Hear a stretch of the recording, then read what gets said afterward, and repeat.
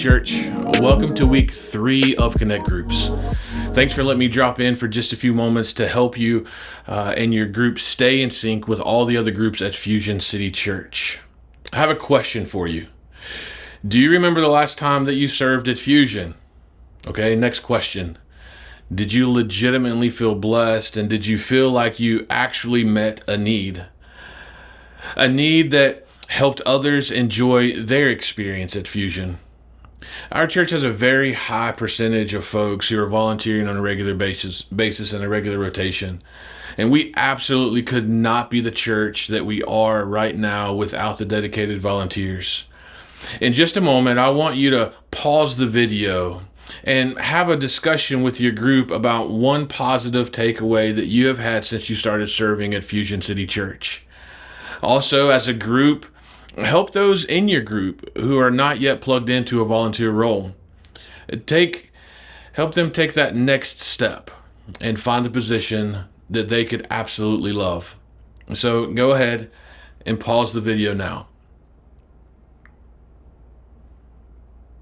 I can assure you that we have a space available for every single person on every single volunteer team. I would be honored to talk with anyone who is looking to get plugged in. All you have to do is just let me know. In just a moment, we're going to take a look at Genesis. But before we do, let me remind you that we have a great tool literally in your fingertips, the Church Center app. This is the place to stay connected with all things Fusion City Church. Within the app, you can find sermon notes, me time resources, group chat, volunteer RSVPs, and even a place to reach out for prayer. All right, now open up your Bible, open up your notebooks, and let's take a look at Genesis chapter 31. I have found that it is much easier for me to read 2 or 3 chapters at a time in order for me to keep a more general view of what's happening in the book of Genesis. Although I read several chapters at a time for context, I make sure to focus on the one that is assigned, the chapter for the week. For example, as I was reading and focusing on chapter 30 last week, I also read into chapter 31 for more context. And wow, it was really rewarding. In chapter 31, verse 10, we see that God had a conversation with Jacob about the mating of flocks, which produced a lot of healthy striped, speckled animals. Reading ahead a little can help uncover meaning and help us engage with the Bible more by answering the questions that we have as we read. That's not my biggest takeaway, but I thought it would be really helpful if I would share a Bible tip that I used myself. The biggest takeaway circles around verse 31 in chapter 31. Then Jacob answered and said to Laban, "Because I was afraid, because I said, lest you take your daughters from me by force."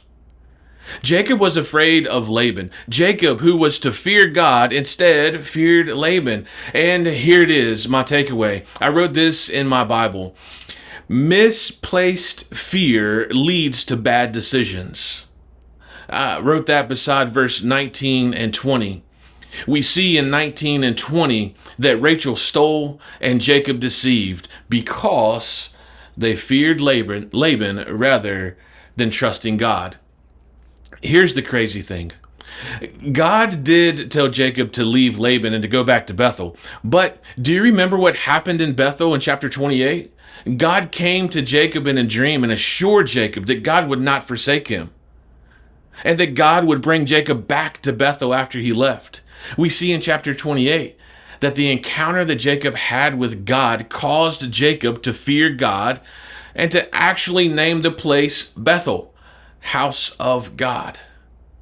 We see in chapter 31 that Jacob misplaced his fear. That led to bad decisions. He should have known better, and so should we. When is the last time that you made a decision based on misplaced fear? Odds are that was a bad decision. Good decisions come when we fear and trust and obey God. I wish I could physically be in your group tonight to continue this conversation, but I'm not. So it's up to you to take this conversation and keep it going. Not only this conversation, but also discuss your takeaways from this chapter. And my prayer is that my time with you today helped. Just remember, before you leave your meeting, be sure to pray together. And until we see each other again, stay safe and God bless.